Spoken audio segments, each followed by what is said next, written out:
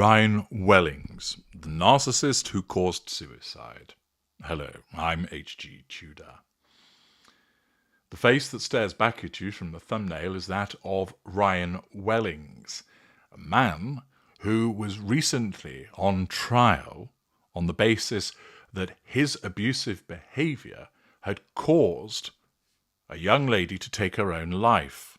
He was therefore charged with her manslaughter. He was acquitted of that charge, but he was found guilty of assault and prolonged domestic violence. Those of you who have been the victim of a narcissist, especially those in a romantic entanglement, will pay testament to the type of abuse that you experienced. For some, it's physical abuse. For others, it may combine with sexual abuse. In other instances, it is being verbally abused, your self-esteem whittled down, your self-worth eradicated. You're told what to do, you're told that you're worthless, you're told where you can go. Your actions are scrutinised and criticised. You're triangulated with other people and found to be worthless. There is a whole range of behaviours which result in a person being emotionally ground down, psychologically beaten, with the result that their confidence, self-worth and self-esteem fall through the floor, and in some instances it leads to people taking their own lives.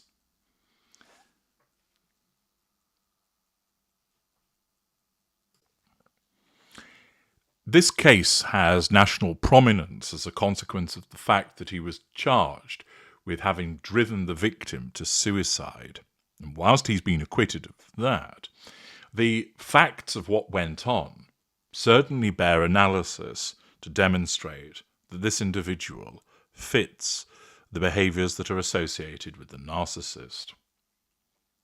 The BBC reports Ryan Wellings from Bispham in Lancashire became the first defendant to be tried before a jury accused of the unlawful killing of his partner after Keena Dawes, aged 23, took her own life following domestic violence. The 30-year-old landscape gardener was found not guilty of manslaughter and guilty of assault and coercive and controlling behaviour between January 2020 and July 2022 after a trial at Preston Crown Court. Wellings, who had denial, first line of the twin lines of the narcissistic fence, who had denied all charges, made no reaction as the verdicts were read out. Wellings, who will be sentenced on the 16th of January, smiled and blew a kiss to his current girlfriend in the public gallery as he was led away. Notice that's an inappropriate response given the seriousness of the situation, that he's been found guilty of assault and coercive and controlling behaviour, but he doesn't care because he has no sense of accountability.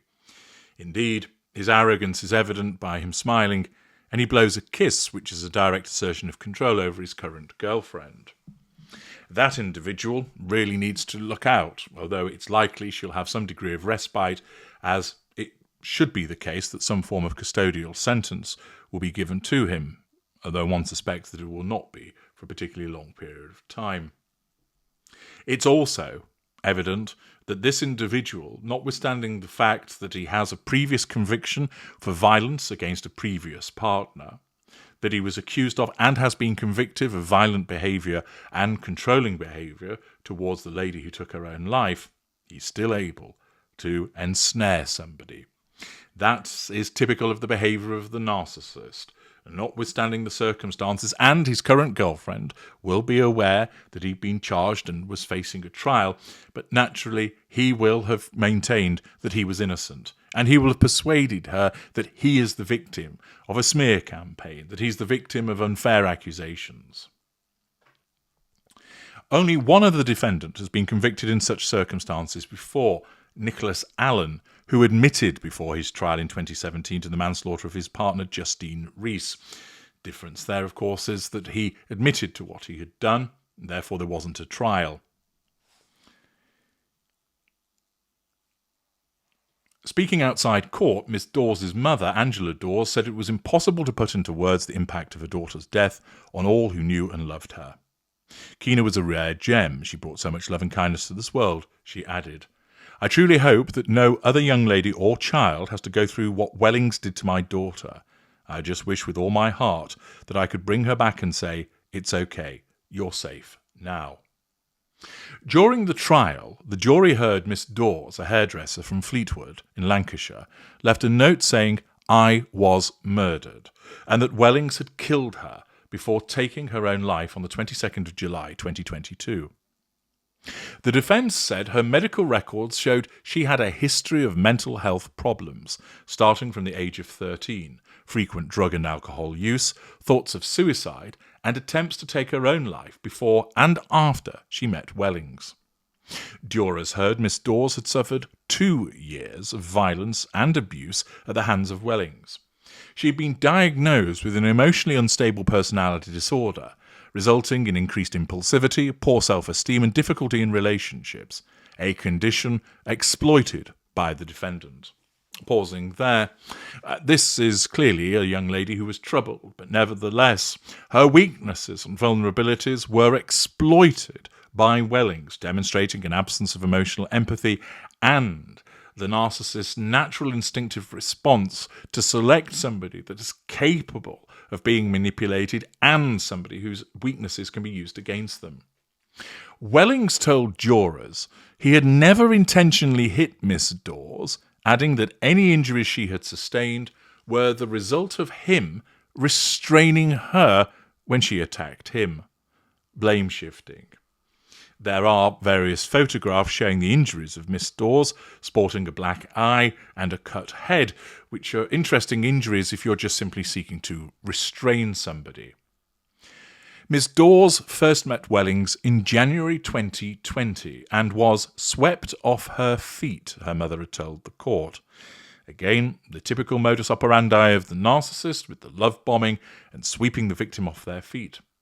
Wellings, who also had a previous conviction for assaulting another partner, systematic pattern of behaviour, he had Miss Dawes' name and face tattooed on his body within a week of meeting her, infatuation, and proposed marriage within 3 months. Sense of entitlement and again, the necessity of trying to get the victim under control as quickly as possible.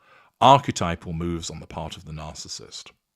But Miss Dawes later said her fairy tale turned into a nightmare with Wellings, who had a vicious temper, exhibition of ignited fury, and regularly binged on cocaine and alcohol, lack of accountability.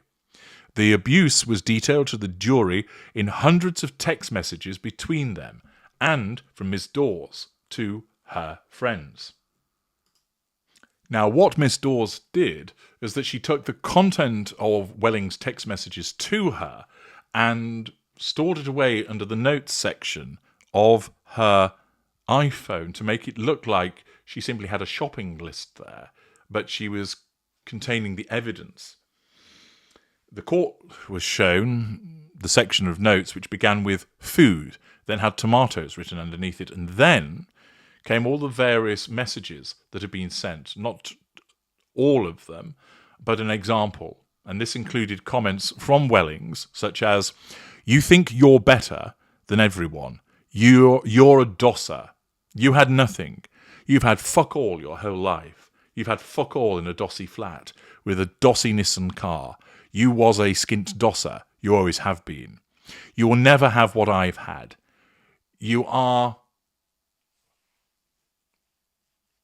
an insult. I'm not quite sure because it's been redacted what the word is.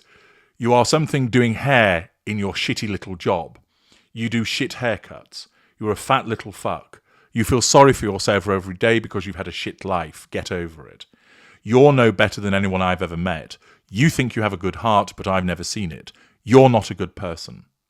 I slept with his uncle whilst I was pregnant. That's why my nails fell off. I was shagging in the hot tub. I slept with his friend for a pair of shoes. My earrings changed colour whilst I slept out, so that means I had sex with someone. I'm going to make your life hell. Just a selection of the messages that were sent by Wellings, which is a form of hoovering. And you'll note within them, insult, threat, triangulation, delusion, paranoia, false accusations, standard manipulations that are utilised by the narcissist for the assertion of control and the drawing of fuel. Described by prosecutor Paul Greeny KC as an entitled aggressive bully and by Miss Dawes' friends as horrible with a jealous streak, the jury heard Wellings did not like being answered back. Threat to control, which triggered his anger, exhibits a response to the perceived threat to control by the exhibition of heated ignited fury. His abuse of Miss Dawes included regular slapping, physical assertion of control, pulling her hair, physical assertion of control, and threats, use of threat, to use a drill to take out her teeth, and to make her look like Katie Piper by throwing acid in her face. He was unable to hold down work, securing and leaving 22 jobs. Demonstrates a lack of accountability and haphazard approach to employment, and draining her of money, sense of entitlement, parasitic behaviour, while she worked 2 jobs. Wellings claimed £15,000 in COVID loans during lockdown, which he spent on hotels, £1,800 golf clubs, and drugs. Fraudulent activity, lack of accountability. After she became pregnant, Wellings gave Miss Dawes a black eye, physical assertion of control through assault, and began criticising her weight, belittlement, while contacting sex workers online, infidelity. Friends and her mother, Angela Dawes, warned her to run a mile from toxic Wellings. More than once police were called, but Wellings threatened, use of threat, Miss Dawes, that she would have their daughter taken off them if she told them what was happening, so she declined to help prosecute him. Wellings told jurors, "I'm not a monster," but did admit getting heavy-handed with his partner. A final attack broke Miss Dawes, leaving her needing hospital treatment. This time, she did make a statement to police, and her tormentor was arrested. At his point of arrest, there is a short video which was released by Lancashire Police, which shows Wellings being bundled into the back of a police van. There, he breaks down and cries. The self-pitying nature of this type of narcissist, whereby his need for control is threatened by his arrest, and so what does this big man who beats up women do? He breaks down and cries like a little boy. Notwithstanding his arrest, he broke his bail conditions, lack of accountability, but he wasn't locked up. This left Miss Dawes feeling let down by the police. 4 days later, she took her own life. She drove out to a railway line, laid down in front of an oncoming train. DCI Andy Fallows of Lancashire Police said after the verdict that Wellings took Keena's love and in return launched a concerted campaign of emotional, mental and physical abuse, which demonstrates abusive behaviour over a sustained period of time. This went on for 2.5 years and broke her spirit. He isolated Keena again, a key manipulation of the narcissist, belittled and abused her, controlled her, subjected her to violence, and made her believe she would never escape him. He said, "While we and Keena's family disappointed the jury didn't come back with a manslaughter verdict, we are pleased the jury recognised Wellings was guilty of criminal wrongdoing by the guilty verdicts they did come back with." After the 6-week trial, it emerged that Wellings' mother and girlfriend were both under police investigation for allegedly coaching him to give evidence. One wonders that the apple didn't fall far from the tree with regard to his mother, and with the girlfriend, a susceptible individual who feels compelled to help him. Before the jury returned to court on the first day back after Christmas, prosecutor Paul Greeny KC told the trial judge that Wellings had repeatedly discussed the content and nature of his evidence with his mother and new partner, despite not legally being allowed to do so, which again is demonstrative of his lack of accountability. Whilst the death of Keena Dawes was not attributed to him following trial, naturally, those reading about this recognise, particularly those that have been abused and may well have felt suicidal themselves as a consequence of the way they've been treated, recognise that his clear behaviour was that which drove her to the point of killing herself. In this instance, it didn't satisfy the criminal standard of proof beyond reasonable doubt, but to anybody else they would see that there was a clear causal link. This individual, a bully, an abuser, quite clearly a narcissist, who had been violent towards a partner previously, manages to draw women in, and then, of course, once their fuel runs stale and they start to threaten his control, the abuse begins. The typical pattern of the narcissist. And the behaviours that are reported on in the BBC report and elsewhere, as this has received nationwide coverage, all demonstrate that Ryan Wellings is quite clearly a narcissist, an individual who needs to assert control over people around him and, in particular, the intimate partner primary source, and utilises relatively rudimentary means to assert control through malign behaviours such as physical violence, the use of threat, belittlement, and isolation. He utilises verbal abuse, as is seen in the variety of messages that were embodying what he had said to her and what he also put in writing. In terms of the school of this particular narcissist, given the fact that he was violent, that he didn't appear to operate with any particular facade, that he was an individual that couldn't hold down jobs, but had an element of self-pity about him, one would most likely place him as a middle lesser, an individual that would regularly exhibit heated, ignited fury, but would have the mid-range behaviour of pity plays, a coward at heart, which is demonstrative of him breaking down and crying for himself upon arrest, a hard man when he's beating up a woman, but a little boy when the law has got hold of him. I'm H.G. Tudor. Thank you for listening.